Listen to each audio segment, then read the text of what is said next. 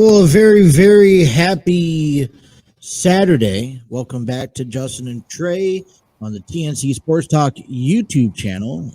Good morning, good afternoon, however you guys want to view this at. I am Justin. I'm joined by the right-hand man, Trey.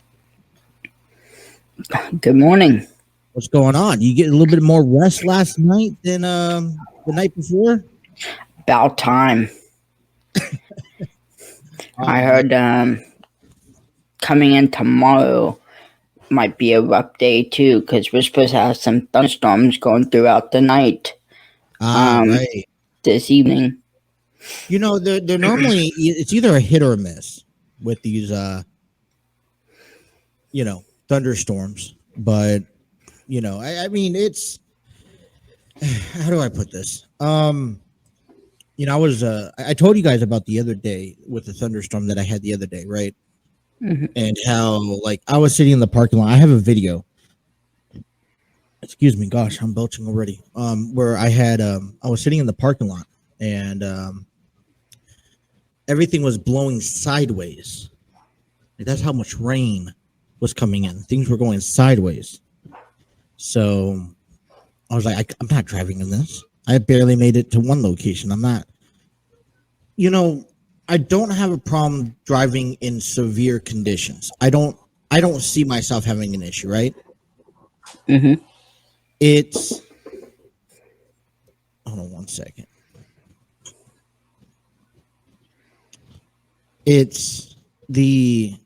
Sorry, I just want to make sure my mic was set up properly. It's the other drivers that you have to deal with, if you know what I mean. Yeah, I mean, and it's crazy how, there's some weather going on, such as maybe snow, heavy rain, icing, and people still think they can drive crazy, and it's ridiculous. Yeah. Well, the rainstorm the other night, well, I'll say it was Thursday night, I believe, was so severe that you couldn't see the car in front of you. You could be bumper to bumper with someone, and you just could not see that car. That's how bad that rainstorm was last night, back on Thursday night where we're at. And, listen, April, May, a little bit of June, right? You kind of anticipate on and off showers. This is the time of year where I anticipate on and off showers that come by extremely enormous amount of heat, like humidity. Mm-hmm. That's not what I'm okay with. You know what I'm saying? So, but yeah, I don't know how the weekend's going to take us. I know it's supposed to be cloudy. It could hit us. It could buy right past us. I mean, it usually lasts us an hour or two, so we'll see how that happened. Otherwise, how was your Friday? Friday went well? It went very well. Went to the grocery store, and then I was actually able to eat something because I've been dealing with that that tooth issue. Happy about getting something to eat finally. Yeah. And I just relaxed on watching SmackDown and just enjoying my Friday evening. Well, there you go. That was it. And we'll talk plenty of SmackDown today. I do want to start covering. So one of the things I want us to start making apparent and try working on, just because, when we start breaking things down, I want you to be on here talking with me. And so I know we talked yesterday. Today we're gonna talk about. We're gonna start off in the NFC West, kicking off with the Super Bowl champions. You and I are just gonna talk and look over that schedule, kind of talk about that, see just where we think how the Rams are gonna do, and we're gonna stay in California because then tomorrow we'll go ahead and talk about the San Francisco 49ers. And I know San Francisco, they have their fair shares of trouble already because, they're trying to figure out, well, what are we going to do with Trey Lance and Jimmy Garoppolo, two quarterbacks. Jimmy Garoppolo is the one who's coming back out of his surgery, his injury that he had surgery on this offseason. So how is that going to, complex, or how is that going to impact the 49ers? I know there's been a lot of conversation about Jimmy Garoppolo, possibly being traded. We don't know about that. Trey Lance, on the other hand, we don't, are they satisfied with, if they're so confident in Trey Lance as their quarterback, then they would have easily gotten rid of Jimmy Garoppolo. But there's budget. So we'll talk about that tomorrow. Today we'll talk about the Los Angeles Rams, the Super Bowl defending champions. I'm kind of just getting ourselves, starting to get ourselves acclimated. Normally around this time of year, I'm not worried about football, about the NFL. And, this show has really changed the new perspective, on covering the NFL and our stories, really changes the perspective on how we look at the NFL. You know what I'm saying? Right. Coming into this season. So, but I think that, listen, there's a lot of things that happened last night, though, in professional wrestling. I want to start off with SmackDown and the biggest story that's coming out of SmackDown. But we will be talking about what happened with Bryan Danielson on Rampage. Did you see what happened there? I did. Where his leg got caught and between the ring and the ramp, and I don't know the severity of his injury, but I mean apparently he was limping pretty bad. Yeah. And that would be a huge blow to that fraction with Danielson being out of the picture for a while. But Trey, you watched SmackDown last night. There's a lot of big stories coming out of there. What was the biggest story that you think we should kick off our show on? How about the indefinitely suspension of Sasha Banks and Naomi for apparently disappointing their WWE fans? Okay. First of all, I don't mean to cut you off, but there's 2 points I want to first point out there.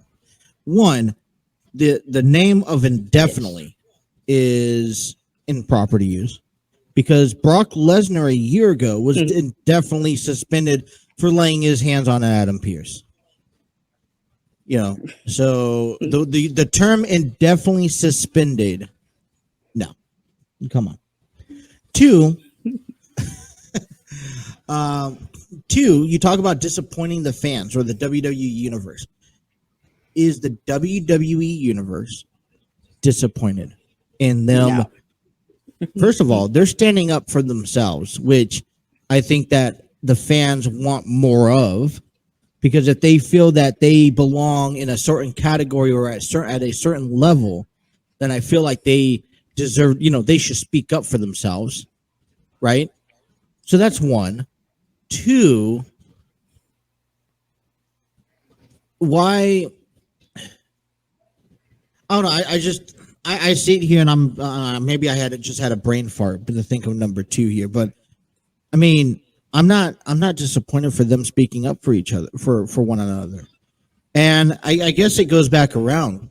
Is this how realistic is this? Or is this just all a work for a bigger picture? You think about this. If the bloodline, and I know there's a lot of rumors and speculations about Naomi or even Sasha Banks joining that bloodline, right? If that bloodline, Trey, is going to be growing, then I feel like it's more likely that's to happen, especially if Roman Reigns is going to take more of a backseat. Fair enough? Yeah. So for me, if I am to have Naomi potentially at some point join, then I am, looking towards that, because if Roman Reigns is taking that back seat, maybe this next year you can see the Usos and Naomi do a little bit of more work, which I think that's long overdue. We haven't seen enough of the Usos and Naomi team up because their characters on, in the WWE are so far apart from each other. Yeah. See, I don't know if I see a Naomi bloodline. what came out of some news last night that Naomi's and Sasha Banks' contract are about to expire. So WWE might not even re-sign them, especially Sasha Banks. Right. From my understanding, Sasha Banks has already been doing a lot of work outside the ring elsewhere since WrestleMania. Apparently, she's been wanting her release anyways. Okay. But so, maybe they will bring back Naomi. Okay, so then this is where it's confusing, because why would you put the title on Sasha Banks if she was about to be out the door? And maybe that was to get her to resign. Like the same thing they did with Kevin Owens? Yes. Sasha Banks have kind of been, ever since the draft, it feels like ever since like maybe a year or two after the draft, right? Mm-hmm. She's kind of been teetering because she hasn't been able to be given that freedom, that space that she wants to express herself. And she's much more talented than just an in-ring performer. And so the WWE has really put a lot of people on leashes, right? So I feel like this has been an ongoing thing for Sasha Banks, but she understands the position that she is in and the WWE is in, right? To walk out. Now, her contract's coming up. Maybe she's not going to resign. If she doesn't, let her do what she wants to do. I don't know if she's necessarily going to jump to another promotion, because I feel like she wants to get in from the patterns that I've seen, and I may just be completely wrong. I mean, I think that she's also wanting to get into the movie business, the music industry. That's from what I've seen. That's where I've seen her public figure come out more, if you know what I mean. So, you know, I don't know. I'm speculating. But Sasha Banks is a much more talented athlete than just what you see inside the ring. She could do a lot more. Okay? And she's what? I don't know how she was in her young 30s, young 30s. I think she's in her young or late 20s. Late 20s? She can't be at old. That's what I'm guessing. You're making me feel old. Me personally, I'm having to search it. My opinion of this situation is, yes, I'm kind of disappointed that 6-pack challenge never happened. Okay, I would have loved to see that main event, because it's something different that we have not seen in months. Right. But I understand. Their frustration. But wouldn't that why would you be frustrated when you're getting paired up against the top people like Asuka and Becky Lynch and, Bianca Belair, right? Who's at the top of their game? Why would they not want to be included into that mix? Because you're getting, I think, any moment that you could get ring action at this point, I honestly don't care what it is. Right. Now, I don't know. I feel like, so Naomi, and I'll tell you a little story about Naomi. I know I once was a friend of Naomi's cousin that actually went to my high school growing up. Yeah. I don't see Naomi leaving. I really don't. Do you realistically see Naomi jumping sail to a different, brand? Definitely not. Sasha Banks, I can, but yet again, I don't. I don't. I see Sasha Banks being released, going off to doing her own thing. But okay, let's go back around. Why put the titles on them at WrestleMania? if you knew that, especially Sasha Banks. Okay, even if you knew Sasha Banks was or the contract's coming up, why just strip them from the title? Why strip them? Like, okay, so why put them in this position? Why don't they just drop the titles to Dewdrop and Nikki Cross? Well, they were stripped of the tag team titles. Right. Why strip them from the tag team titles if they just won it? Because I mean, look at the team of Naomi and Sasha Banks.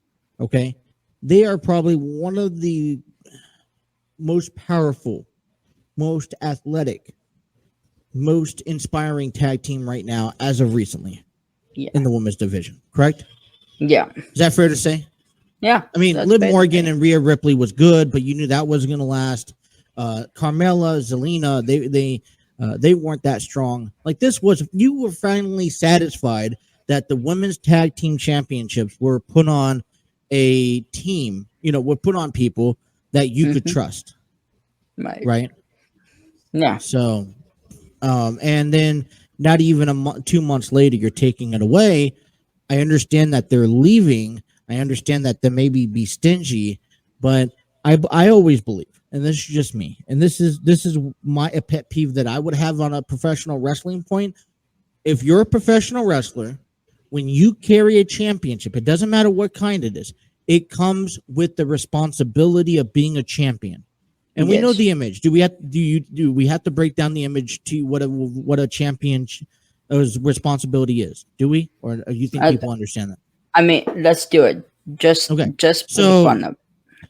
When we talk about like yesterday, Roman Reigns, you got to have the appearance, you got to have the figure, you got to have the characteristic, you got to be able to speak, you got to be able to represent it with pride. You are representing whatever company you are. A champion is representing that company and the legacy of that title. Okay, and you got to do it with the utmost respect. It's like being an ambassador for. It's like if Trey, you are an ambassador for the TNC Sports Talk YouTube channel. Yeah. Courtney and Adam, they're both ambassadors for the TNC Sports Talk YouTube channel. You go out and when you are out there representing our show, there is a integrity, there is a format or formality that you carry yourself a certain way because you want to be, and it's from the day you get hired to the day you leave, you carry it. Even if you know that, hey, this is my last day, I'm no longer going to be part of with it. There's that professionalism that you carry. Does that make sense? Am I? Yes. Okay. So when you're in the wrestling industry, let's take example, Adam Swayze. Adam Swayze, from day one, especially when you hold the title, you are the go-to man that everyone wants to be. Because the company trusts you to have that title and to represent the company. When in most wrestling companies, when you hold a title, you are doing most, if not all, the public appearances. Right? Yeah, right. I mean, not 100%, but the majority of the time. So I don't care if you decide that you walk away, and you have more than right to do so, but you are a champion, you are not fulfilling your contract duties or your responsibility. You're not being professional. I don't know the details behind this. I don't know. This could be a whole big work for all we know. Right? But it could. At this moment, the way I'm seeing it, there's two factors. One, I appreciate what Naomi and Sasha Banks doing. Okay. There's not a lot of females that are standing up for themselves. The ones that are standing up for themselves are being part of my friendship, but they're being cocky about it. Okay, right? Yeah. Let's throw out there, Charlotte. Right? When you think you're better than everyone else, but then there's people. But what I like so much about the Naomi and Sasha Banks is that because they didn't just put titles on good athletes. They also put titles on black athletes. how often do you see a black athlete, hold title, hold the gold? Not very often, which is, Especially in the women's sad. division. Bianca Belair, she's doing it for not, you think about Naomi, Sasha Banks, just think about this for a second. Bianca Belair, Jade Cargill, right? These are strong women that are champions that are black females. They're getting the attention, finally, that they deserve. So, in my eyes, although I agree with them, right? Although I am on board with what they're trying, and you know what? I really don't even know why they decide. I mean, what's the real reason why Sasha and Naomi decided to walk out on Monday Night Raw? Because they did not. Well, there's a couple things. Well, one is a rumor. Okay. Which can you hold that, because we got to get to break. So let's get to break. Let's come back and let's really figure out why did they, and let's figure out if what they did made sense and was logical. All right. Justin and Trey will take you up until noon right here on the TNC Sports Talk YouTube channel.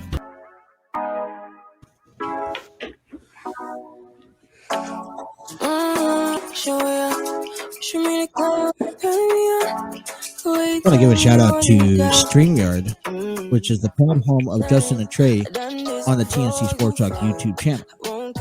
StreamYard, where you can create videos, virtual business meetings, podcasts, and even conduct interviews. Check out the free version today at StreamYard.com.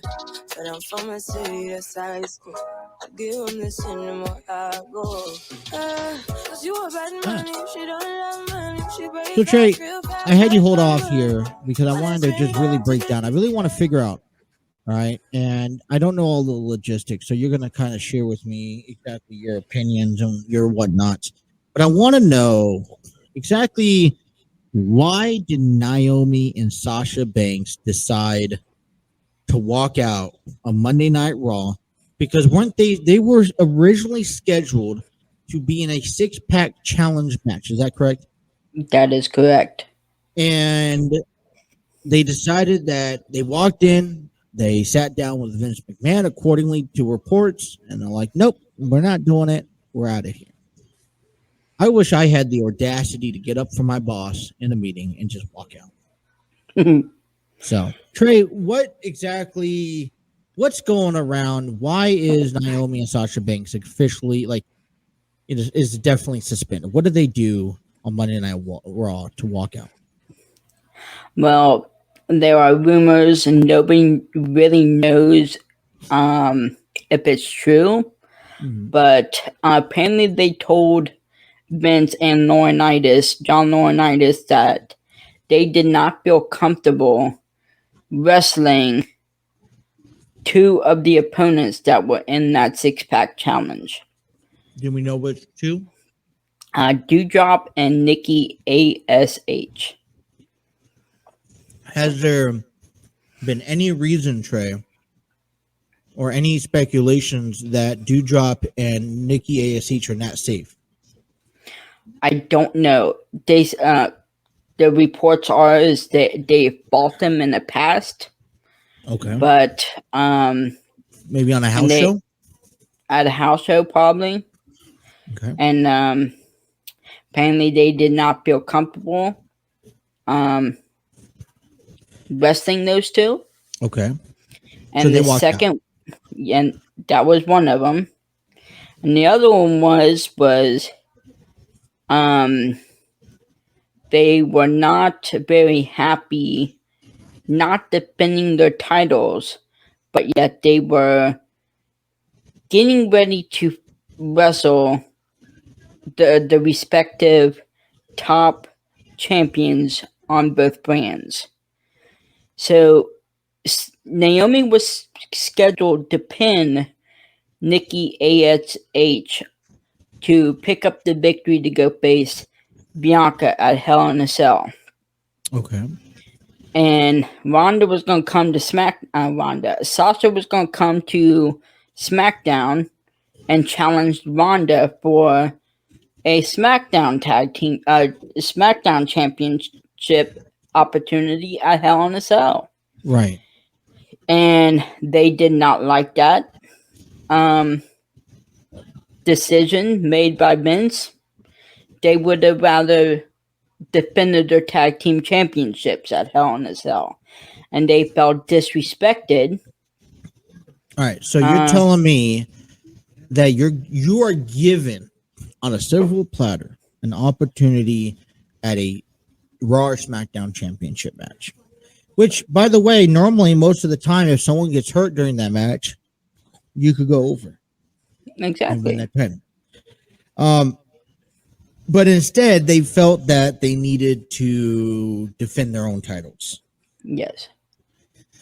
Okay, so here's where that. First of all, it sucks because a job's a job. When you're in the wrestling industry, sometimes, a lot of times, you're not going to like everyone you work with. You have to work with everybody, though. You have to be able to set your different. First of all, if you're not, I don't know if it's a safety issue or if they just didn't like working with them, but you have to. If it's a safety issue, I understand, because you want to be able to know that when you go into that match, that your opponents are going to take care of you just as much as you could take care of them. Exactly. At the same time, I don't care if you like someone or not, because this was actually, I don't want to bash any promotions, but this was one of the issues that I was kind of flustered of understanding. Is like, okay, I understand that you don't like somebody, but at the end of the day, you have to work, right? And this is your job. This is your professionalism. You have to be able to work with everyone, and even if you don't like it. Did you think that Edge or that? Let me go back this way. Do you think that John Cena liked everybody he worked with? Not a chance. Do you think Hulk Hogan had great relationships with everyone he stepped foot in the ring with? No. But that's the part of the job, though, right? You get paid to compete and to give people what they want, and that's to see. So if people want to see it, because I want to see those women tag team titles being defended. I want to see Doudrop and Nikki Cross unite and win those tag team titles. That's what I want to see. Maybe I'm the only fan in this world, in the WWE universe, that wants to see the same thing. But, you got to do what you got to do at the end of the day. It's business. And if you're not going to do what's best for business, then why are you even in the wrestling industry? I don't care how famous you are. I don't like Chris Jericho always talked about this on this podcast, and he's opened up about remember the WrestleMania that he had to face Fandango. Yes, and he didn't like it because he didn't want to face a newcomer at WrestleMania because he wanted a WrestleMania moment. But he learned afterwards that was a WrestleMania moment because no rookie prior to that came into WrestleMania and won. Really? When I say rookie, within a short period of time, like Fandango came in. So you understand where I'm coming from, though? There's a part of me that says yes. There's a part of me that says no to this. Now, is any of that a reason? Now, okay, the only thing that I could say is that if they felt that Doudrop and Nikki ASH was not safe for them, that is the only thing I could think of that would complement the reason why they would be getting out of the match. Right? Yeah. Otherwise, I don't know why you just want to, put your big girl pants on and, fight. I also want to point out something else. Sasha Banks does not like Alexa Bliss. They did a job for one another, right? Yeah. Sasha Banks has fought one of the most unsafe wrestlers, female wrestlers there have been in the last 10 years. Who's that? Nia Jax. Nia Jax. She was one of the most unsafe wrestlers. She always hurt somebody. Right. And Sasha Banks still wrestled her. Right. So there's no reason why you couldn't wrestle Monday Night Raw. And I also want to point out. Yeah, go ahead. No, point it out. I also want to point out that Vince McMahon told Naomi and Sasha they are getting these championship matches at Hell in a Cell to make Ronda Rousey and Bianca Belair look good. So they were going to do the job for Bianca and Ronda. So they were going to lose. Okay. So is that a reason to get pissed off though? Because I know you don't want to win. You know you're going to lose. Even if you didn't know you're going to lose, you know you're going to lose. Yeah. But sometimes being on the losing end does more for you than being on the winning end, especially in matches. Like, okay, for example, Austin Theory, when he was in the Elimination Chamber, and he spent 5 minutes with Brock Lesnar, but he lost. It's what he did during the match that made him noticeable, right? Exactly. It wasn't about picking up the victory. It was about what happened. For example, Austin Theory faced Pat McAfee at WrestleMania. Austin Theory lost against Pat McAfee at WrestleMania. But you know who got a bigger hit than Pat McAfee? Austin Theory. You know why? It's because it's what he did to make McAfee look good. Right? It's for teaming up with Vince McMahon. It's for getting the Stone Cold stunner on him. You know what I'm saying? Yes. So sometimes losing it puts you in a better position. Right now, Rex is always losing to Adam Swayze, right? Exactly. In NWF. But you like Rex more. Don't you not? I'm gonna say it's about. I mean, okay. When you look at it, when you look between a face and a heel persona, Rex gets a bigger fan reaction pop out of the crowd than anybody else, because even though he's losing, it builds sympathy for those opponents. I'm not taking away that Sasha Banks and Naomi is not good talent. They're great talent. As a matter of fact, they're great candidates for Bianca Belair and Ronda Rousey. What I'm saying is that, one, that's a job, and two, go out there and lose your heart out. Put on a show match that they will not forget. Please do me a favor. Put on a better match than what Charlotte and Ronda Rousey did at WrestleMania Backlash. Because at the end of the day, that's all they're talking about. Right. You know what I'm saying? Give me the entertainment of putting on a great match. You know, in my eyes, I feel, and we will most likely never know what's happening, what happened behind the scenes between Sasha and Naomi. And that's fine. But right now, you have to look at it. If you're on the outside looking in, you're creating thoughts and opinions by yourself.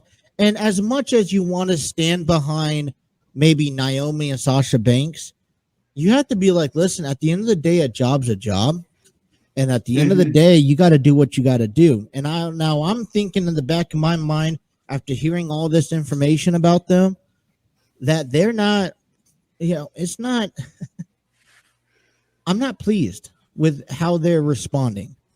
I'm not happy with it. And even, I don't care if you know that you're leaving, you're leaving the company or you're not resigning.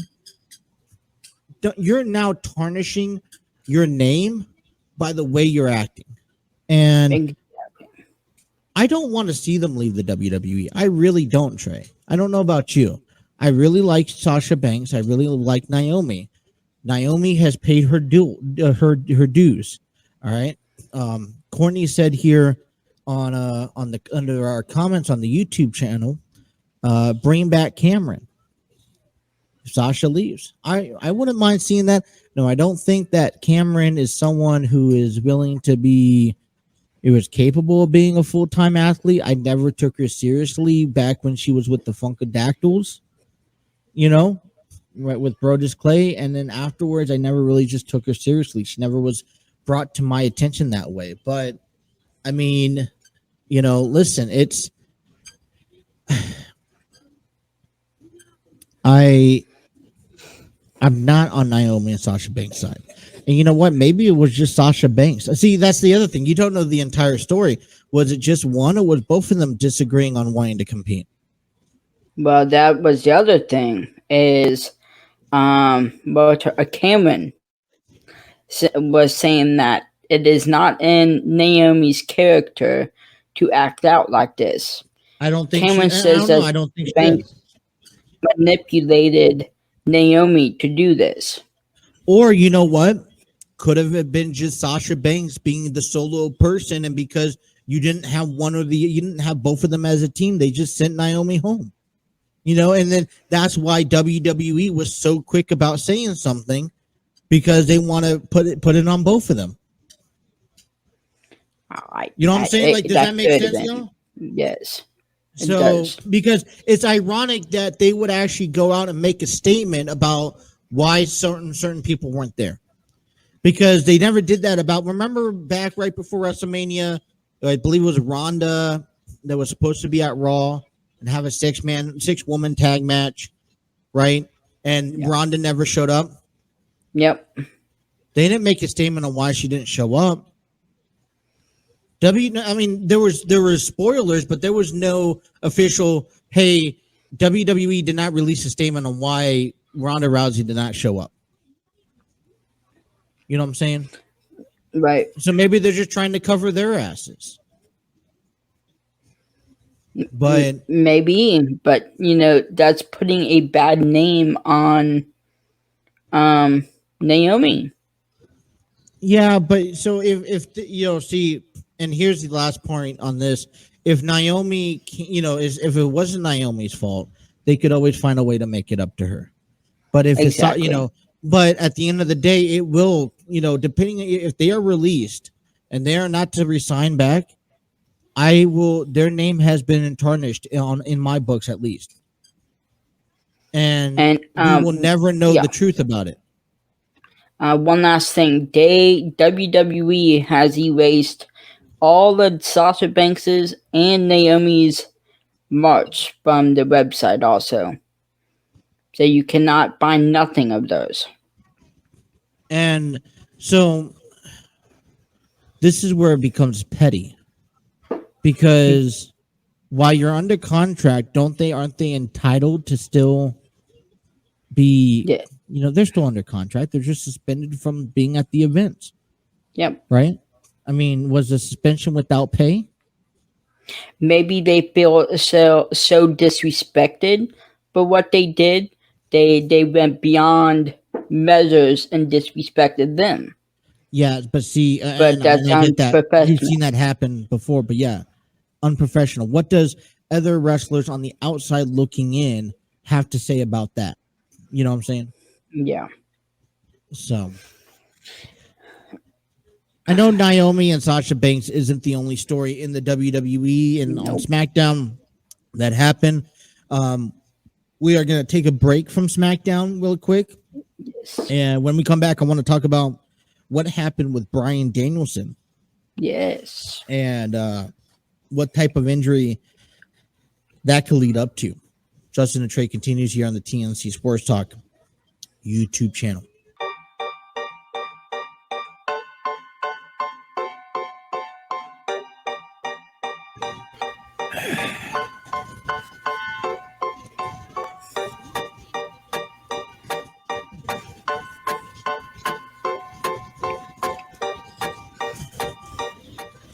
All right, we're waking up here on a Saturday. Trey, good morning to you.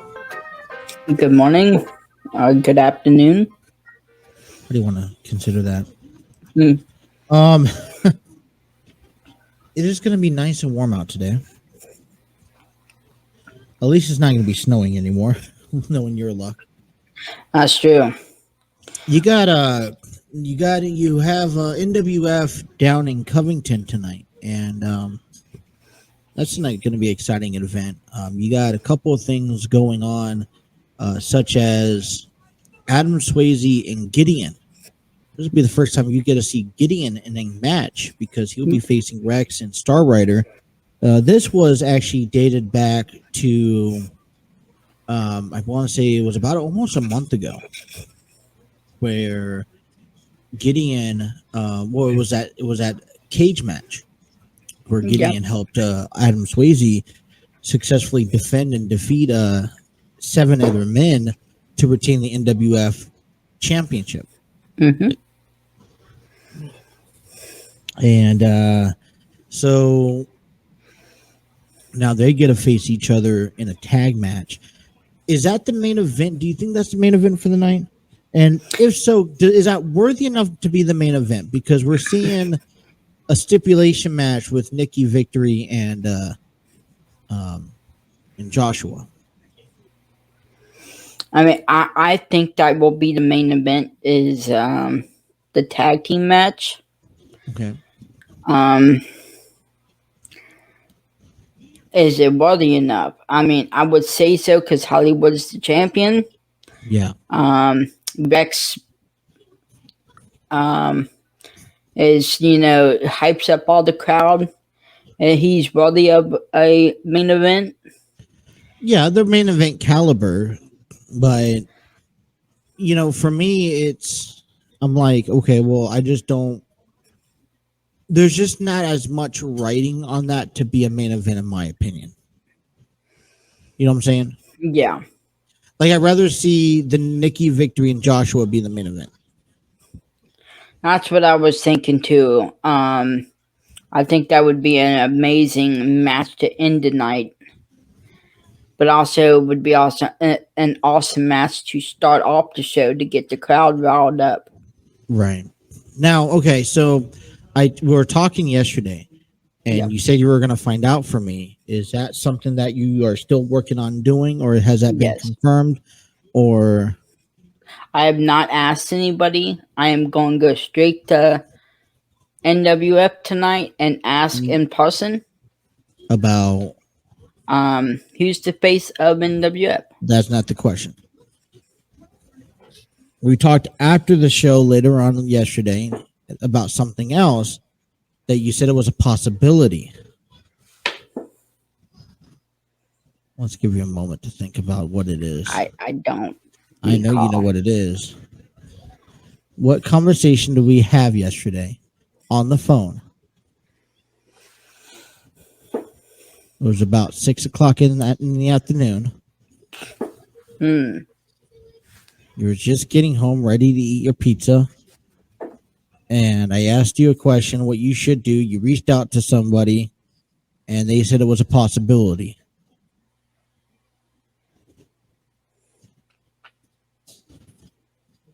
I don't want to break kayfabe here.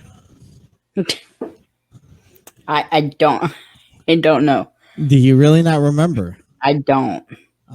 Only thing I remember is the conversation about who does Wildcat and Roger consider. That was on our show, though. I'm talking about.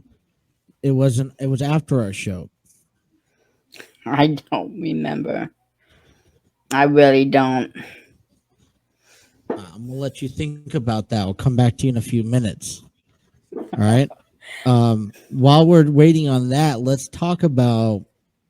Let's talk a little bit about what happened on Rampage last night. Now, I don't watch a lot of it, but from my understanding, at the end of Rampage, Jon Moxley, Bryan Danielson was on a was in a tag match, I believe. And something happened where Bryan Danielson's leg got caught between the ring and the stage. Now, I'm going to be honest with you.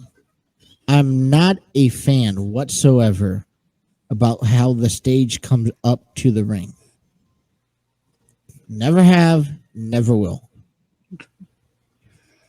Because, and I guess we could show that right there is, for an example, a reason why I don't like it. Because mistakes like that.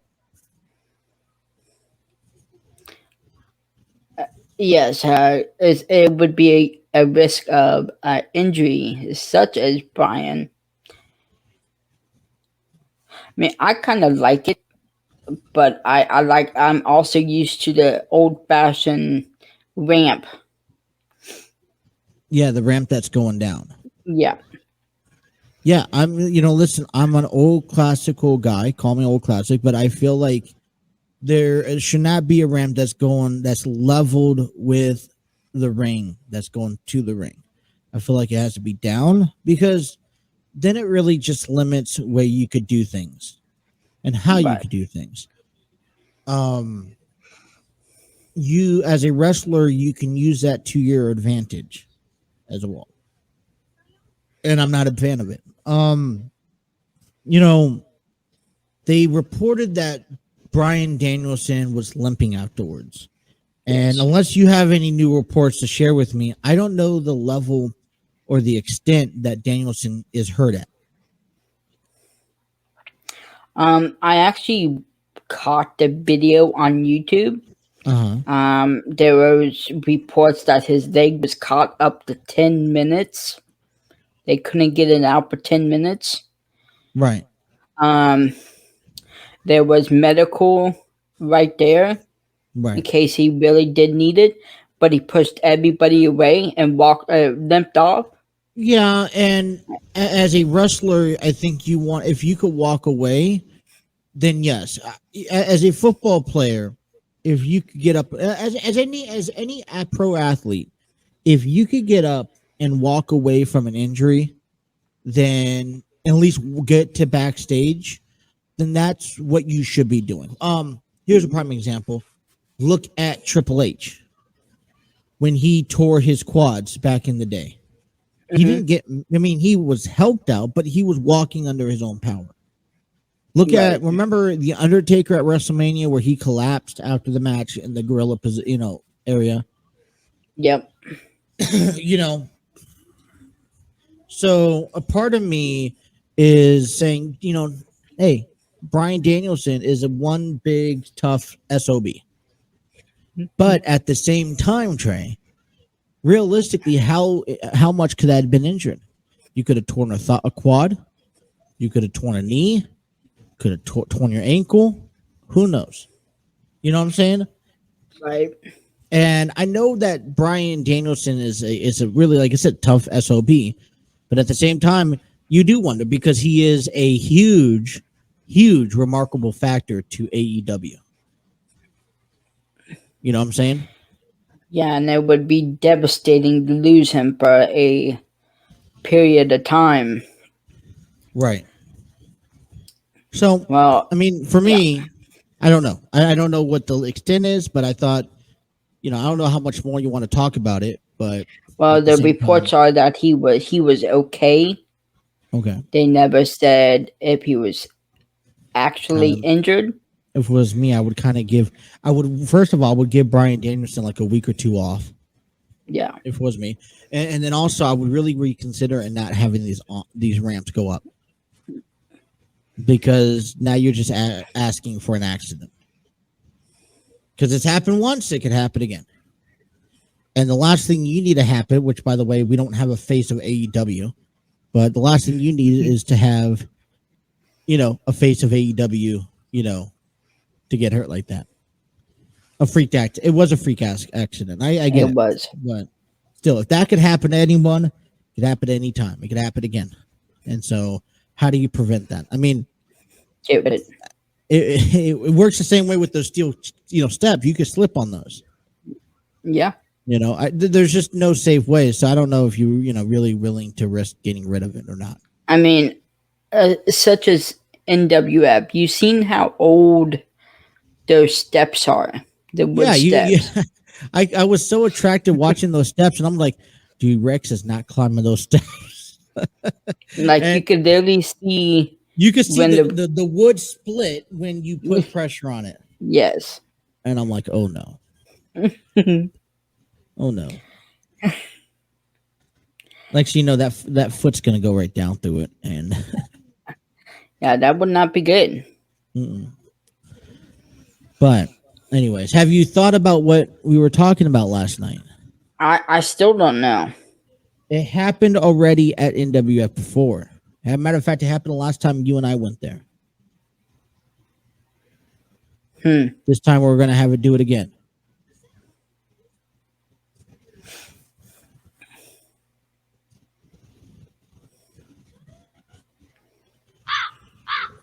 I still don't know. The shirt?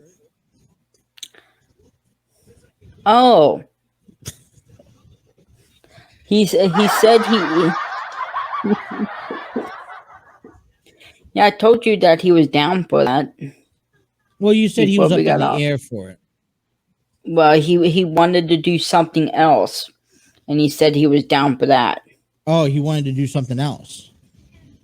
What did he have in mind?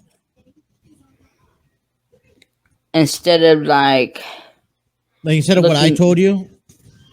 Instead of what you told me. Yeah. He wanted to stomp on it. Throw it to the ground, stomp on it. He didn't want to rip it or anything? I think he's going to rip it. Rip it and stomp on it. That's it? That's lame. You got to rub it in the person's face. Right.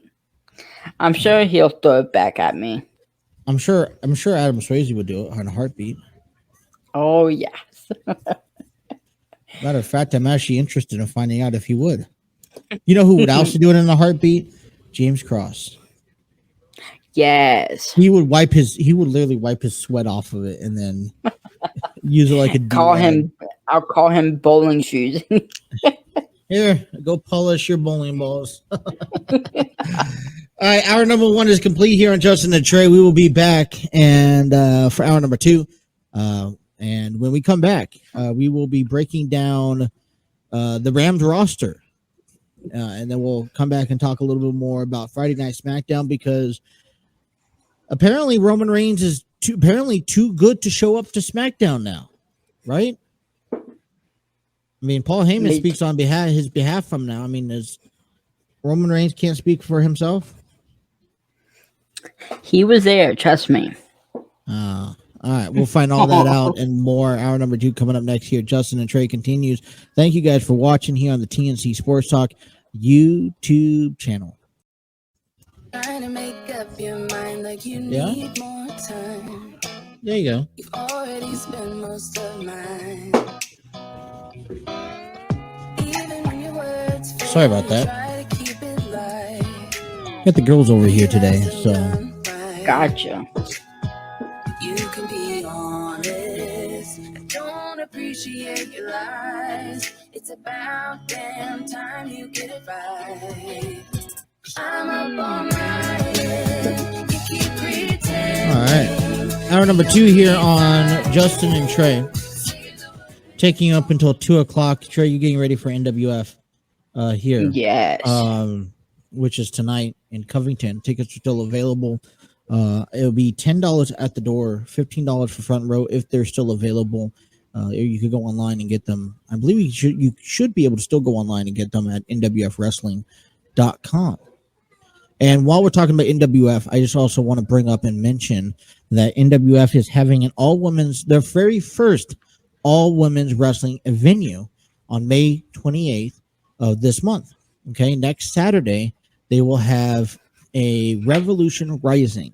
You're going to see all the women's competing, athletical. They're out there putting on a show. They're teamed up with PGWA and much more. So don't want to miss that out. But it is NFL season, Trey. And so the idea is between now and the beginning of the season, okay, I want to go through all 32 teams and take a look at their schedule and see which ones you think are going to win, which ones are going to lose, how their seasons are going to turn off, be a part, let's do a little bit of prediction. And it may be a little too early in May, but I think I want to do that. Is that fair? Which means you're going to kind of get a taste of what the season looks like for each and every team. And so what better way to look up and start with the NFL season with the Super Bowl champions, the Los Angeles Rams, who beat the Cincinnati Bengals, not the 49ers, the Bengals at the Super Bowl. Now, defending champions are going to be trying to do a repeat and take take it back again. This time they're gonna do it without what's that guard's name? Is it Andrew Whitworth or something like that? And you meant about Former Bengals, also 49 Rams, not 49ers. Rams offensive tackle. Probably one of my favorite offensive tackles of them all. But you got what's his name in the backfield? Forgot the guy's name. Why is it drawing a blank right now? This is supposed to be your team, bro. You're supposed to know this. I'm drawing a brain fart. Listen, I could name more players on the Rams roster than you can on the Bengals. Probably.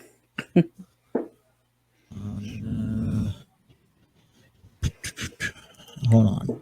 While you're still looking that up, I do know that the Rams will be having a tough opening game to start off with. Yeah. Well, I mean, it looks like you still got, so I don't know if this is how updated this is, but you got Cam Akers, Brian Allen, Odell Beckham is still on the roster. Well, I don't think that's correct, but it's once I figure it out. I'm sorry, I'm having such a brain fart right now. I'm looking. Can we do this later? Roster. Is it down?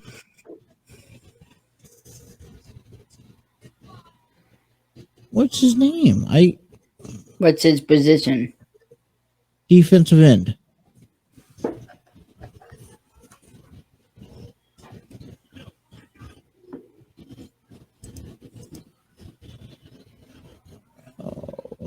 Why?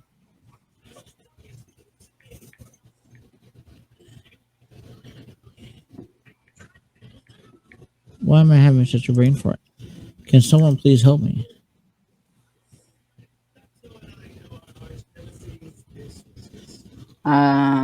Is it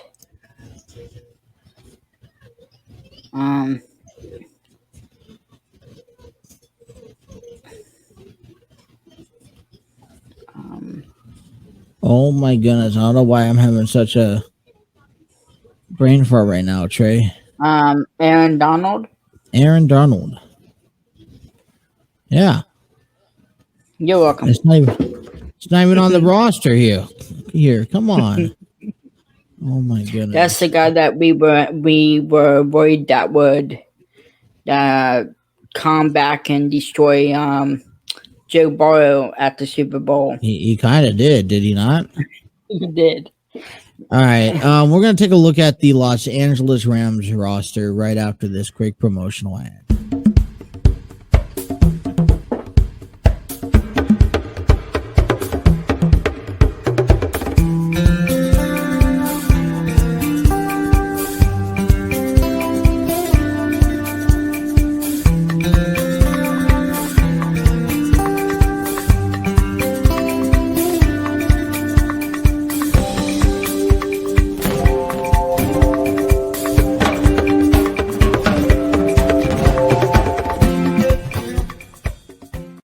To take this time and give a shout out to Armchair Booking. You guys could check out Dwaylon Davis and Steve Barber as a breakdown professional wrestling. Armchair Booking podcast is founded on YouTube and also any audio streaming platforms, just like our show, which we are on Spreaker.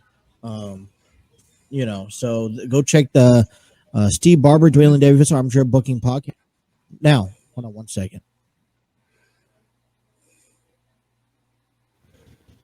All right. So we're taking a look here. So I just have a quick question for you, Trey. Yeah. How good do you think the Rams are going to be?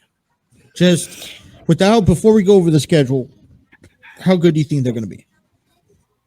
I mean, if they have somebody who is as good as Andrew Whitworth, and they still have all their top guys that they did last year, I think they will.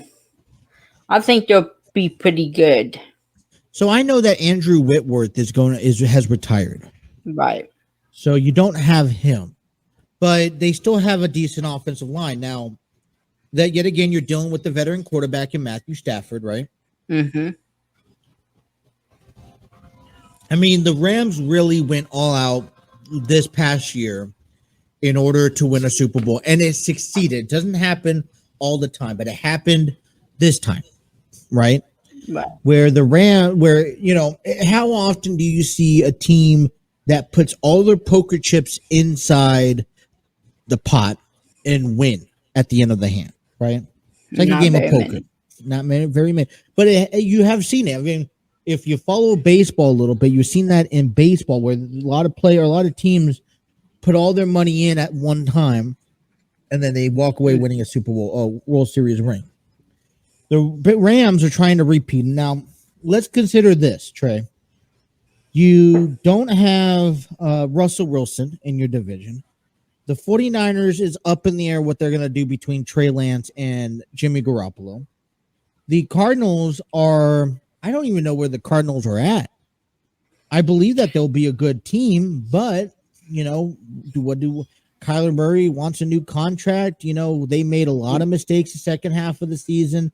They kind of fell apart. Can they hold each other together? You know what I'm saying? So I'm almost confident, unless you're seeing a dominant 49ers team or a Cardinals team that could take care of themselves and figure out what they want and hold themselves together for an entire season. I'm confident that right now the Rams are a team to walk away with the NFC West again. I mean, looking at the schedule, they have a pretty good chance. Okay. I see them having problems with Green Bay, and I think I know it was a very, very close game last year. Yeah. I think they're going to have their hands full with Tampa Bay again. Well, I mean, I know you mentioned, Trey, the first game on their season, which I like. You got to remember, right? First game of the season, Super Bowl champions are going to have the home field advantage. So I mentioned this on the show the other day that the Rams are going to have 10 home games, and I'll tell you why here in a second. So because of that extra game, they play that vice versa season where every other season they have 9 home games, 8 away games, and then vice versa. So they kick things off against the Buffalo Bills on September 9th. Thursday, September 9th, Buffalo Bills. Right there is going to be a good challenge because we know that Josh Allen and the Bills, they were so close for being the team to go on to face the Cincinnati Bengals in the AFC Championship. Yeah. So they kick that off with them. I believe that's going to be a really good game to start off with. I'm going to be frank with you. I think they're picking up that victory on that first game, though. I think they're gonna earn it. And then they stay home to face the Falcons, which I believe should be another walk to the park victory before they go on to the road against Arizona and San Francisco. And at this point, for me, it's just where San Francisco and Arizona sit on their season so far. A couple games into it, I believe San Francisco or Arizona is going to give the Rams some trouble going into the into game 3. San Francisco's following right behind it. Depending on how or what they do with Trey Lance or Jimmy Garoppolo, that could be a challenge at San Francisco before they come home for the Cowboys and to the Panthers.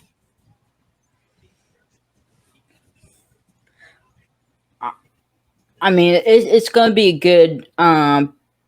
I think it's going to be a pretty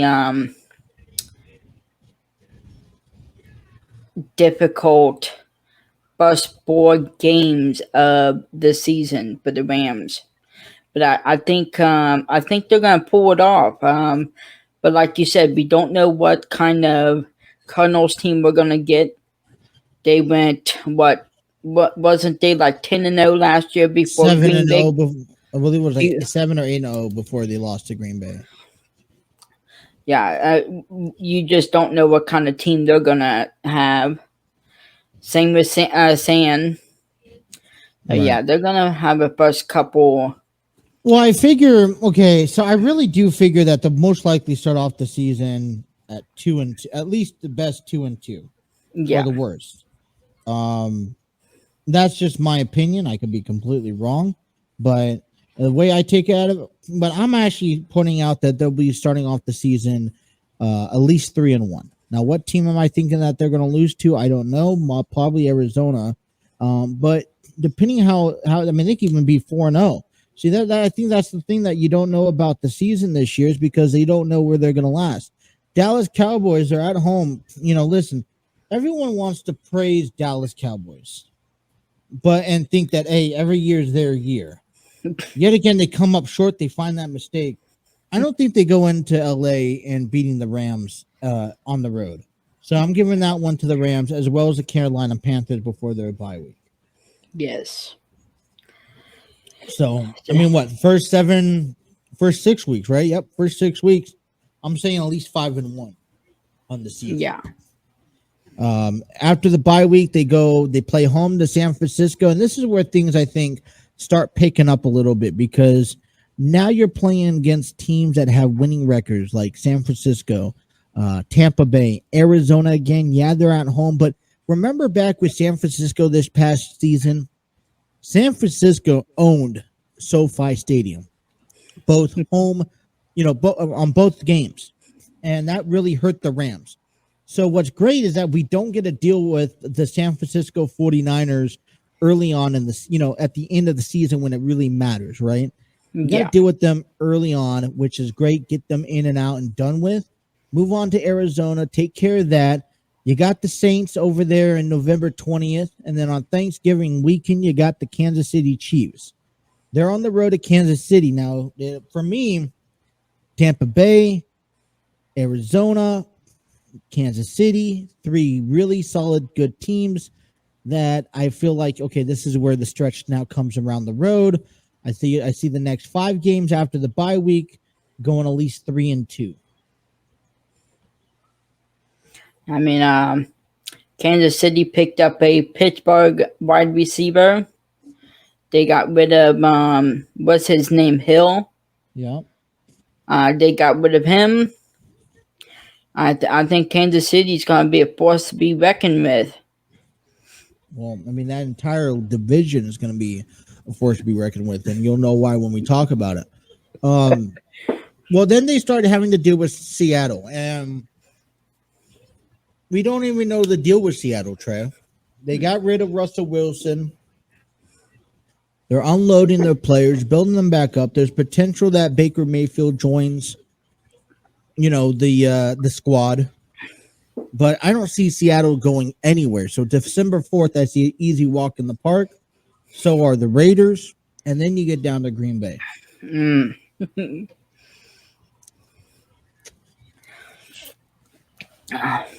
Now, that's gonna be the thing is with Green Bay, it all depends how Aaron Rodgers is. Last couple of seasons, he's been knocked around, been hurt a few times. So what type of Aaron Rodgers are we getting December 19th? On Christmas Day, Trey, we will get Denver Broncos. So the Rams will have to face Russell Wilson this year. But as a Bronco, I think the Broncos and the Chargers are going to be two really key components that will help the Rams this season go into the playoffs because the Broncos and I believe the AFC West is a team that you can't overlook.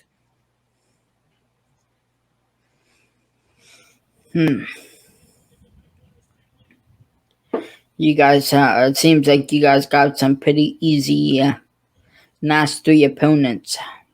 I don't think so. I believe that the AFC West is going to be the dominant division of the season. That is a bold. That's not a prediction. That's a spoiler. Because you have. Okay, look at this. You have Patrick Mahomes. Yep. for Chiefs. You got Justin Herbert for the Chargers, Russell Wilson for the Broncos, and then you also have Derek Carr for the Raiders. Don't you think the AFC West is a stacked division? Let me put it this way. The AFC West, last year I predicted that the NFC West was a division to talk about, was a division to keep an eye out. I'm predicting right now that the AFC West is that division that people need to keep their eyes on. Because they are stacked to the brim with talent, with quarterbacks, and it's going to be anybody's ball game. I promise you that. I'm just getting super excited for the season and looking at the schedule. I'm not a fan of the Rams, but looks like a couple or a bunch of hard teams. Definitely ready to see that Tampa Bay and Rams game again. So I have about 11 games, if in my prediction, 11 games that they're going to win this season.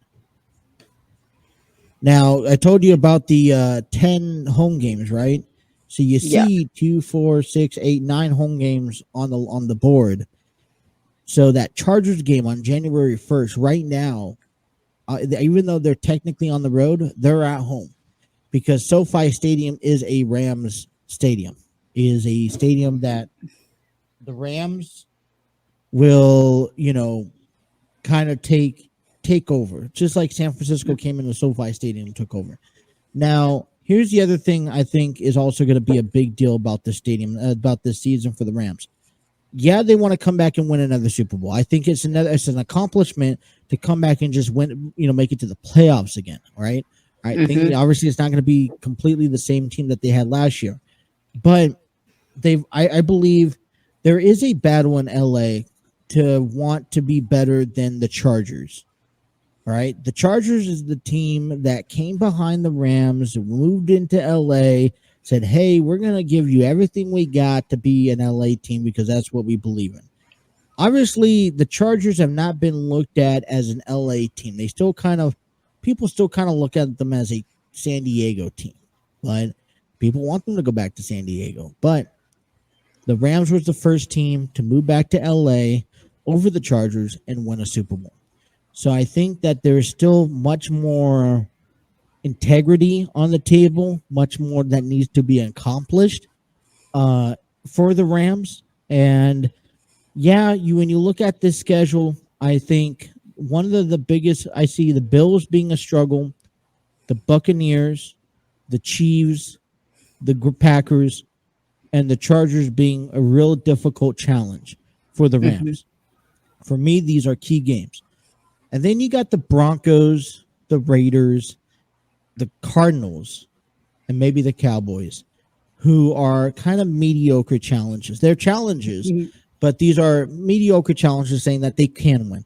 And the reason why I put the Cardinals in that list is because the Cardinals, you just don't know what they're going to get. They, like I said, they played half a season last year and then they dropped off. The 49ers, the most thing I'm afraid of is the fan base being in San Francisco. You can't have a division team out-crowd you in your home stadium. It's just impossible, right? Other than that, easy wins should be Seattle. Okay, a walk through the park. I don't know about the Saints, but I'm saying the Saints should be an easy win. The Panthers, the Falcons should all be an easy win.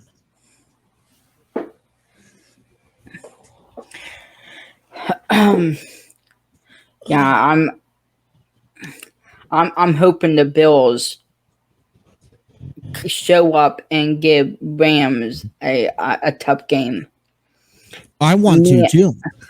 Yes, I can't do that. I can't be biased.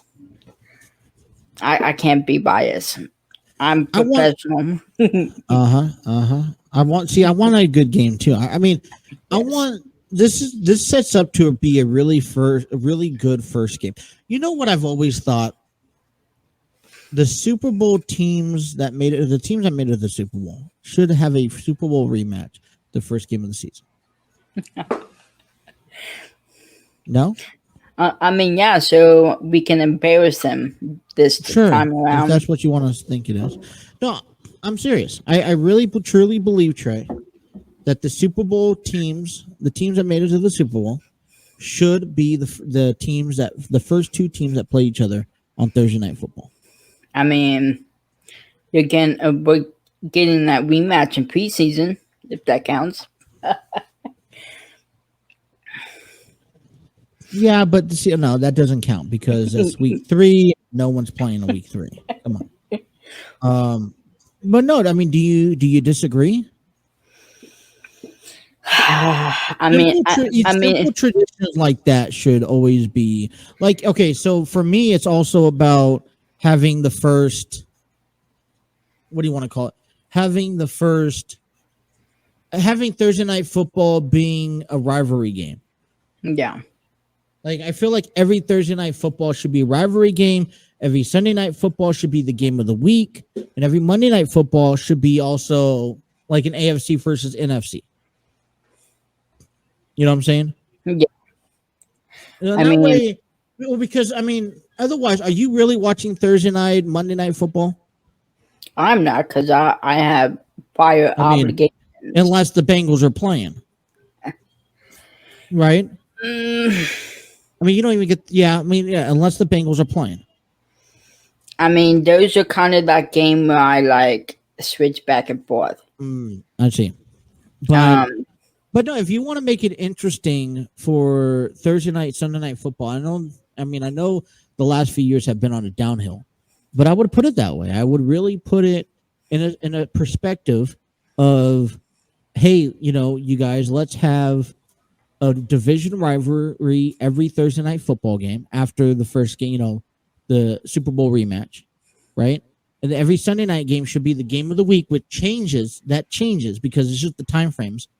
And then Monday Night Football should be an AFC versus NFC battle. I'm talking about good teams.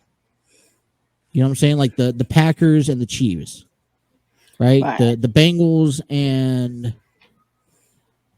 Oh, no, I'm just thinking of the Bengals and the Bears.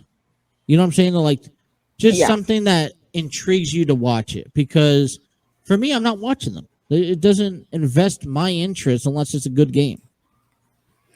I mean... Going back to your thing, a Super Bowl rematch, the first game, I'm glad it's not happening. And I'll tell you why. Is because... You scared? You scared? You scared of starting your season off 0-1 this year, huh? You're petrified that you're going to start the season off 0-1 because you lost to the Bengals last year. I'm not necessarily scared that we're going to lose. You're scared. You're petrified. I'm necessarily scared that Joe will get injured again, and we can't have that. I mean, that could happen against the Steelers. Exactly, it could. So but we have that Aaron Donald guy that comes at you like an armored tank. You don't need that. I mean... If and it wasn't if it wasn't the Bengals playing in the Super Bowl, then you wouldn't really care. Exactly. If it was any of the teams.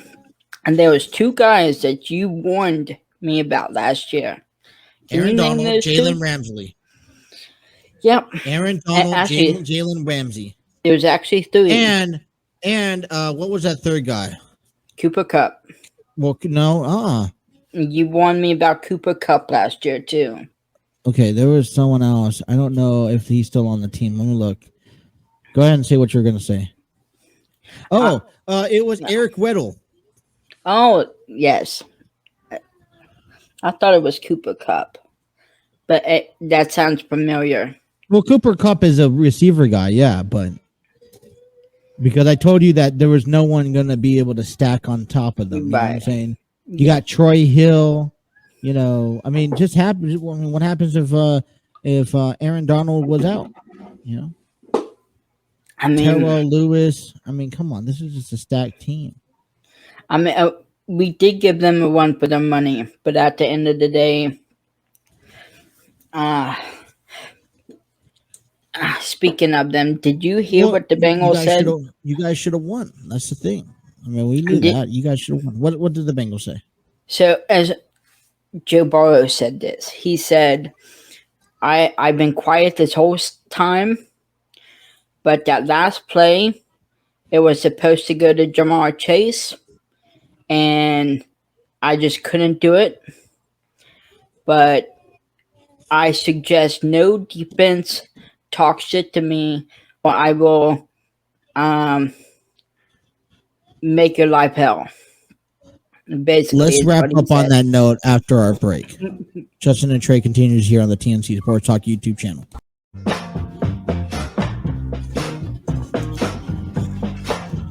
Discover world-class artists, composers, and bands. Find the perfect soundtrack and give your social media accounts at epicdemicsound.com.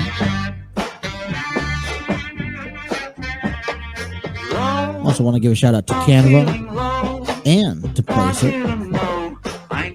Last but not least, our show, TNC Sports Talk, is proud to be brought to you by SeatGeek, where you guys can save 20% or more on your first purchase of $50 or more by using promo code TNC Sports Talk. So the next time you guys get your sporting events, concerts, whatever you guys get, be sure to check out SeatGeek.com. That gives you the best price possible. And when you use promo code TNC Sports Talk, save 20% off on your first purchase of $50 or more.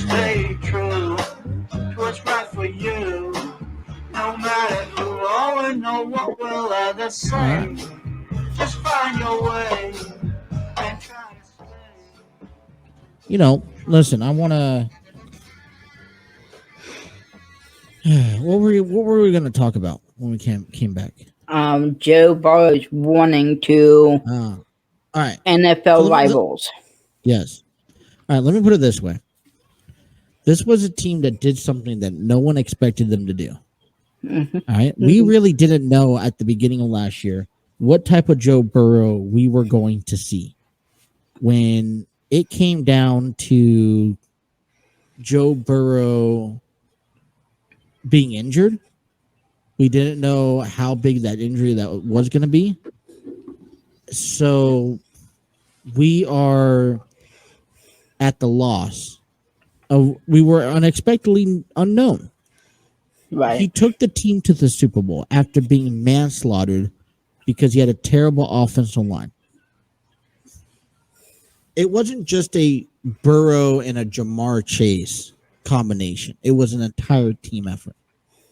And so, yes, I don't want to hear it from anybody about Joe Burrow. You okay? Yeah. So I was telling Courtney she needed be careful with Nero because it's about to storm. That is. So, you know, I don't want to hear it from anybody when it comes down to Joe Burrow. Right. He took after having all the negative records being broken at the Super Bowl, he took them to the Super Bowl or in the playoffs, right? Exactly. So, I expect high things from the Bengals this year, just like last season. That's just me. I expect it too. So his warning, he said, after a disappointing loss last year, the defensive linemen really don't want to talk trash to me. Or I will, basically mess up their game. He has some cojones for saying that. Yeah. I'm a fan of Joe Burrow. Okay, he is one tough SOB. Okay, he's earned my respect. I like Joe Burrow. Okay, I want to see him succeed. I want to see him get a Super Bowl championship ring. Can I see it with the Bengals? Absolutely. Yes, of course. So, here's a pre-warning from all of us to you guys. What do you think if we get a chance to talk with David Fulcher again before the season? Him being a defensive back, being a safety. What do you think he would say about Joe Burrow? Oh, I think he will say that. I mean, I want his honest opinion. I don't want him to sugarcoat it because he's a Bengals person. I want him to be an authentic. If he was a safety in today, because he was a safety, if he was a safety today in the backfield, going up against a guy like Joe Burrow, who's been sacked 9 times and he's still out there, what would his strategy be to block Joe Burrow or to beat him? You know what I'm saying? Because, all right, so you think about this. I'll keep it short, but when you look at offensive defense, or there's 11 on 11, every guy has its man. The 5 guys on the O line normally has the 3 to 4 guys up front and 1 guy in the backfield, right? Mm-hmm. Same thing for the running back. There's usually a guy that he looks at. The cornerbacks have the cornerbacks. The quarterback follows the safety, the strong safety, majority of the time, from my understanding. So what you have to be, and that's the same thing that goes for the defense. Normally you have, it's called man coverage. There's a reason for that, because you're looking to see what the defense does. If there's one guy in the back, you look to see where he goes. If he breaks left, you're throwing it right, vice versa. You know what I'm saying? Mm-hmm. So what do you think David Fulcher would say? I definitely think he will say that he's one of the best quarterbacks in the AFC. I definitely think he will say he's a force to be reckoned with. And I honestly don't want to speak for him. Right. I would love for him to be on here and tell us what he really thinks. In your opinion, do you think he's better than Josh Allen? Yes. I see him being at the same level as Josh Allen. I don't think he's better yet. Okay. Give me 2 more years for Joe Burrow. Can you do that? Give me 2 more successful years for Joe Burrow, and then I'll happily say he's better than Josh Allen. Is he better than Patrick Mahomes? That's a big statement. I believe he's better than Justin Herbert. I believe he's better than Derek Carr.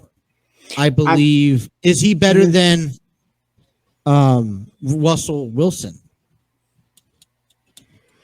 I'm not going to say he's better than Patrick Mahomes. Patrick Mahomes has been a Super Bowl champion. But I will say this. Okay. Joe Burrow did beat them twice last year. Fair enough. But I'm not going to say he's better. I'm just going to say the Bengals were better last year. Mm-hmm. What about Russell Wilson? Ooh, isn't he just that same? Because he's a Denver Bronco. Yes, I'm gonna say the same, but I just don't. Says love. So could you easily say Josh Allen and Russell Wilson are at the same level as Joe Burrow? If not, Joe Burrow is. I mean, he's moving up in the ranks. I feel like Josh Allen and Russell Wilson, they're not going to get any higher than where they're already at now. Joe Burrow is still climbing, but he's at that level. If not, he's maybe just a hairline slight better. Yes. Fair enough? Yeah. Okay. So that's okay. So we established that. Mm-hmm. But, Patrick Mahomes is still the guy to kind of surpass. Beat. Yes. Okay. Do you see the passing of the torch with Ben Roethlisberger to Joe Burrow? Ooh. In the North? I think so. Okay. I do. I mean, non-biased opinion here. Yeah, that's what I want. I mean, we're not talking bad about them. I want you to just give me. We're just talking honest opinion. All right, let's come back to a conclusion. I know we want to talk about football. Let's take a break from football. We're done for the day. We'll talk about it tomorrow because we got some conversation. What happened last night about Roman Reigns. Let's talk about that on the TNC Sports. Talk about after this break.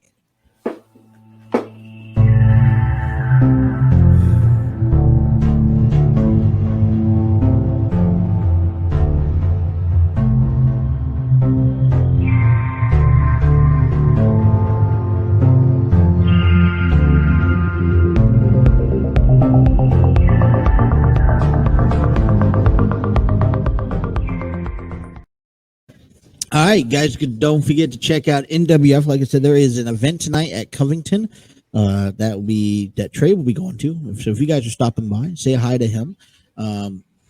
He'll be taking his new friend, not new friend, but he'll be taking a newcomer to NWF Wrestling, Jared. So I'm excited to hear about that tomorrow. So what's the stories behind Roman Reigns and Paul Heyman last night? Apparently, this is a bold statement. You texted me last night. This is bold. Like, this is, you got to put a hair on places that doesn't have hair, if you know what I mean. So Roman, the bloodline came out. All 4 people started off the show. The acknowledge me crap. Yeah.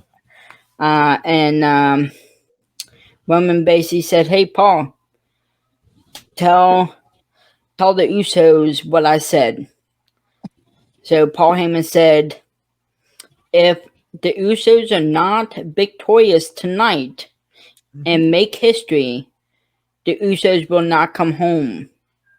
They will be kicked out of the bloodline if they don't beat RK Bro tonight." Right, because let's not forget that last night was a unification match between RK Bro and the Usos. So, Trey, what happened? What happened in that match? Let's go. Yep. Riddle was setting up a super RKO. Okay. I think it was Jay up on the ropes. Riddle was up there about to RKO him, and good old Roman snuck in and speared him. Paul Heyman actually distracted the ref. Oh. Roman came in from behind and pushed Riddle off the top rope. Okay. Which caused the Usos to win. So the Usos can't win when it matters. Without the help of Roman Reigns. Even though Roman Reigns said, "Hey, listen, you guys are on your own. Yeah. If you don't win, don't come home." Exactly. Don't come home if you don't win. Does that show a sign of desperation from Roman Reigns? Is that a sign of desperation for Roman Reigns? It is. I'm a huge fan of Roman. I will support him to the end. But what happened after the match?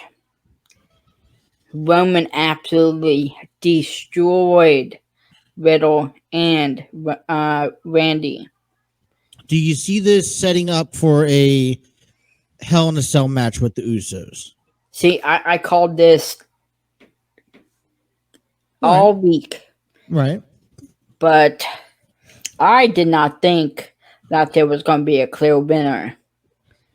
I thought that Roman was going to interfere, cause a disqualification, which would cause the rematch. Right. But apparently, I don't know if it's a real thing, but Riddle and Randy are injured. 2 weeks. So this is when I will sit here and say that potential match for Roman and Randy Orton at WrestleMania. Yeah. Or not, it's a WrestleMania. I'm sorry, SummerSlam is more likely to happen. Or that's Money right in the around Bank. the corner. I don't know about Money in the Bank. Maybe Riddle first. I mean, it could. So I think it was the Usos grabbed the steel steps. I knew the Usos did. One of the Usos did a bomb. Well, not a bomb, but he flew off the top rope, turnbuckle to land on Riddle on the announce table. Yes. So and they have that. I think the 2 boys grabbed the steps and just started shoving it into Randy's body. Now, is this the proper way for RK Bro to drop the titles? Ooh. I mean, I think it's a start. I don't know if it was a perfect way for them to drop the titles. Right. I would have loved to see the actual switch or the job happened in the Hell in a Cell and actual pay-per-view. If you would have yeah, because that's a lot actually being allowed to be shown on television. Yeah. Especially a unification match. See, you know what I would have even seen happen, or what I would like to see happen? Trick us for a second. What? How come RK Bro couldn't win the match and become unified titles, and then the Usos win those titles at Hell in a Cell? I don't know. I mean, it would have been cool. Right there. Well, okay, so hypothetically, because I just speaking on speculation. Remember back at Elimination Chamber when I really wanted to see Goldberg for at least 1 week beat Roman Reigns? Yes. And the reason why I did that is because now you're building Roman Reigns bigger than life, and I get that, respectfully do so. But it is then shown that he can be beat. Mm-hmm. Okay? Which makes it a lot easier for guys like Drew McIntyre, Bobby Lashley, Seth Rollins, even, Kevin Owens. Any jobber could beat Roman Reigns. So my theory was have Goldberg win that match at Elimination Chamber, come back to the States with that title. It would be a whole conversation for the week.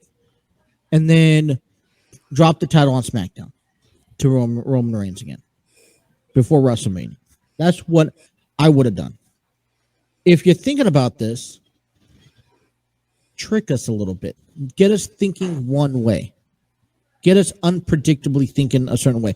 We were all sitting here saying, yep, the Usos are going to win. We knew it. We just win, right? We knew it was going to win. Mm-hmm. If you had RK Bro win first, had them hold the titles for 2 weeks, go into Hell in a Cell, and have that same situation, but the Usos are the ones who walk away, it tricks us, makes us confused, and for the next 2 weeks, you have different conversations stirring the pot. Maybe RK Bro will defend the Unified Champions against the Street Profits, right? Yeah. Or something along that line for 2 weeks. And then the Usos come back, no, this is our title. Because then it also makes it look like Roman Reigns followed through with his plan, saying if you didn't win, don't come home. 2 weeks, they were not home. They were begging for mercy. And then they were forced to show action on Raw, taking out RK Bro. Right? Then at Hell in a Cell, they come in, they win the titles. There you go. I would throw us off a little bit. Because for 2 weeks now, nothing. Now you're no one. All right. So the best case scenario is a rematch. Mm-hmm. That's given. Okay. So there's nearly nothing now new that is sparking my interest. You know what I'm saying? Yeah. I wanted to see that little crack in the bloodline before it got repaired. Right? Show me a little crack, repair it for me. Right? Keep me on my toes for the next 2 weeks. Give me a reason to watch Hell in a Cell besides the cage. The only reason I'm watching Hell in a Cell, which, by the way, has there been any announcement for a Hell in a Cell match? Yes. Which is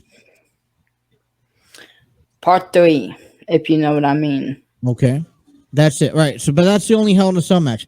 When you think of a Hell in a Cell Premium Live, you need more than one Hell in a Cell. Exactly. You need at least 2 or 3. Oh, 2 matches. Okay. So which one's that? Bianca and Asuka. But I don't know if that's inside of Hell in a Cell. All right. By the way, there's only one that we could confirm from right now. Yes. But you know what I'm trying to say, though? Yes. Would you be more interested? Would you have been more shocked and interested for the next 2 weeks to know that RK Bro was the one who beat the Usos? Now, I'd be shocked. You had to figure out what the bloodline was going to do because Roman Reigns delivered a message to the Usos that if they did not win, they were no longer part of the family. right? Yeah, That would have been like, okay, there's that crack. It's gonna fall apart. What's gonna happen? Yeah, psych. They win the titles. I just feel like if that would have happened, everybody would be tuning into Raw. Yes. Everybody would be tuning into SmackDown. Yes. Is not what you want? Because no one's tuning into Raw right now. I'm not. And if you weren't so fixated on WWE itself, you wouldn't be. I mean, I'm tuning into Raw to see what the heck Roman, not Roman, but RK Bro's gonna do. Oh, well, I mean, they're injured. They'll probably be off TV for a week. Right? Yeah. I mean, knowing what the women's tag team championships are going to do next is not on my agenda to follow right now. It's not a priority. Yes, I'm paying attention closely to Sasha Banks and Naomi, but it's not going to get me to tune into Raw. You know what I'm saying? For the entire show. And if you're trying to build the bloodline, why have Roman Reigns interfere? When he's the one who addressed the nation about, if you didn't get the job done on your own, you were no longer part of this family. I mean, he did, like, he started off. But yet again, he's the one that helped out. Because he knows that the Usos couldn't do it on their own. Or even like you mentioned, Roman Reigns interferes, get disqualified. RK Bro then challenges them again at Hell in a Cell, inside of Hell in a Cell. Because that just makes logical sense. Do we not live in a world, Trey, where we just don't make logical sense anymore? I guess. Yes, we do. See, the reason why I was calling for Roman to interfere is because Riddle kicked him in the face last week. Right. And for no reason. Makes sense. It made sense. Well, okay, you got to stir the pot a little bit. You want the best of the best. You got to remember, a month ago, they were calling for these title matches to be taking place. It turned into a 6-man tag match at WrestleMania Backlash, which shouldn't have happened. I mean, so you understand what they're trying to do, and I get that. But this is not something that should have happened on live television. Yeah. This is a pay-per-view or premium live moment where you had to be there and watching it live. Fair enough? I mean, just think of the carnage the Usos and Roman could have done to RK Bro in that Hell in a Cell. Yes. Or even better yet, Solo Sikoa. Yeah. Slowly bring him up. You know? So... we agree on that. Yes. Story done. I mean, pretty much. But I do want to point this out. Is this the downfall of RK Bro? Will they be splitting up? I can see them. I'm still making this bold statement. I'm calling for Riddle to turn his back on Randy. I will say the same thing because now there's a purpose, but it won't happen till after SummerSlam. I feel that Matt Riddle will get his match at Money in the Bank with Roman Reigns, and then it's Randy Orton. Somehow, Randy Orton accidentally costs Riddle the match at Money in the Bank. And we'll get his number one contenders match, and then Riddle will do the same thing. I could see that. Something like that. That's what I'm calling for. I don't know. Shoot me in the leg if I'm wrong. But that's what I'm predicting. And that's how the turn happens. But it wouldn't be until at least SummerSlam, if not later. I mean... Especially because, here's the thing. Riddle gets the first opportunity. he can't get it done. Randy Orton's trying to teach him, hey, let's be real now. Stop joking around. All right, know your shots. And Randy Orton's trying to help him because he's frustrated. Right? He's like, all right, let me show you how it's done. Let's take it off of him.